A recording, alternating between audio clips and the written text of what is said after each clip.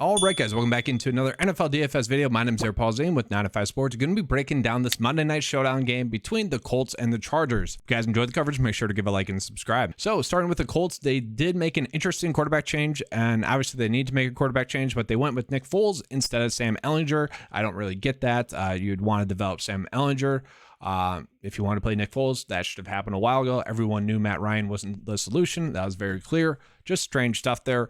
Given Nick Foles' price point, you can't really play him. Okay, so really, I do find it strange, the price point of Michael Pittman. Given Michael Pittman's price tag and the amount of snaps that he's playing, he is almost someone that we need to be playing. Just too cheap. Sure, the matchup with the Chargers is not elite, but game script-wise, you kind of expect the Colts to be playing from behind. So you expect them to be throwing the football a little bit more. Thus, Michael Pittman would still be a great play. And really, the running back situation comes down to the game script, okay? Zach Moss got a lot of work in the previous game because of the game script. The Colts had a big lead, so it makes sense to get Zach Moss the workload. And I'm kind of hoping that people don't really realize that because then DeON Jackson's going to be under-owned and Zach Moss is going to be over-owned. Now, I do think Zach Moss could be a very good contrarian play in the sense that if the Colts are somehow winning, this is the NFL, it could happen, and the Chargers are choke artists, so it could happen, okay? Zach Moss should be a contrarian play in that sense. Because if the game gets out of hand, it's going to be DeON Jackson. Or if the Colts are playing from behind, it's going to be DeON Jackson. And DeON Jackson still looked good. He only played in 32% of the snaps, though. Still had 14 total opportunities. Obviously, if they are playing from behind, he should be getting around 4 targets. We've seen him get used in the passing game a decent amount. Would be a fine price point play. Not someone you're expecting to go crazy, but at the same time does get a great matchup against the Chargers, a matchup that we've been wanting to target a lot this season because the Chargers have been poor against opposing running backs. So, DeON Jackson is the most logical running back play, and I hope that Zach Moss gets a lot of ownership or more ownership than he should, just given the snap count last week. Looking at the receiver situation, Paris Campbell has been playing about 80% of the snaps. I don't really get the price tag of him, okay? Given the fact that ALEC Pierce is significantly cheaper than him, playing about 77% of the snaps. Now, sure, Pierce hasn't really been going off. One game there against Dallas, and then a little bit of mixed results. But given the fact that there's a quarterback change, we don't know who's really going to be the receiver number 2 with Nick Foles. He could favor ALEC Pierce a little bit more, or maybe he does favor Paris Campbell a little bit more. Maybe he just forces a ton of targets to Michael Pittman. We don't really know, but given the fact that Pierce is going to play that many snaps, he is very appealing at that price tag. Another player that's going to be appealing is going to be Jelani Woods, given the fact that Kylen Granson is going to be out. Last time that Kylen Granson was out, Jelani Woods really had his breakout game where he scored that 17.8 DK points. Okay, resulted in him getting about 64% of the snaps with Granson out. I do want to point out Mo Alley-Cox as well. Mo Alley-Cox is at a very cheap price tag for someone that on the season has been playing about 50% of the snaps and could potentially see an increase in snaps with Kylen Granson out. Yeah, sure, I like Jelani Woods more, but at the same time, could easily go Mo Alley-Cox.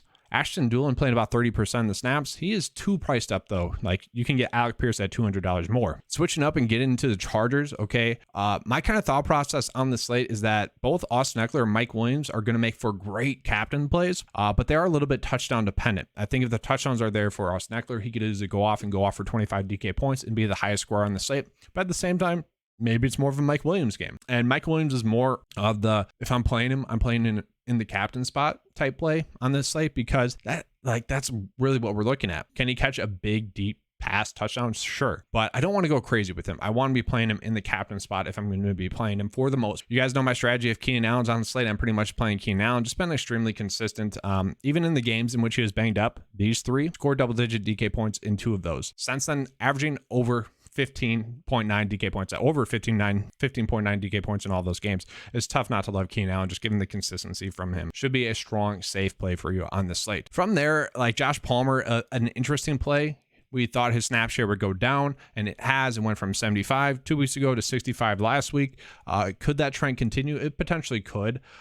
He should still see over 50% of the snaps, but with Mike Williams back, with Austin Ekeler healthy, with Keenan Allen healthy, it does make sense that his snaps are going down. Gerald Everett, more of a shoulder shrug play. If you end up on him, you end up on him. Could the Chargers D go off? They could, but that's really it. Like, sure, you could go with the kicker as well. Like, I'm fine with that as well, but we kind of know who the plays are for the Chargers. So let's go ahead and give you guys a first look build. This is kind of what I'm looking at, and I like this approach because we are fitting in the studs on the slate. Okay, Michael Pittman, obviously for the Colts, and also DeON Jackson for the Colts. If they are playing from behind, Pierce should or could easily get more targets. You could slot in Jelani Woods instead of Pierce if you want to go that route, but then we're getting Justin Herbert, Keenan Allen, Mike Williams. Feel pretty good about that.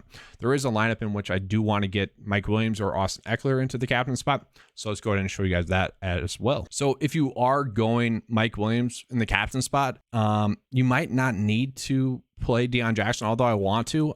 For this specific build, it would kind of make sense to go Chargers. And then obviously if you wanted to fit in Austin Eckler instead of Mike Williams, slot Austin Eckler in there. Oh, that's painful. I thought we could get Jelani Woods into this build. So you'd probably have to go down for Michael Pittman, and then you're going with DeON Jackson. Like, I'm fine with this build. That's perfectly fine. If Michael Pittman's not going off, then it most likely means that one of Pierce or Jelani Woods should be having a good game. It also should mean that DeON Jackson is getting a decent amount of carries as well.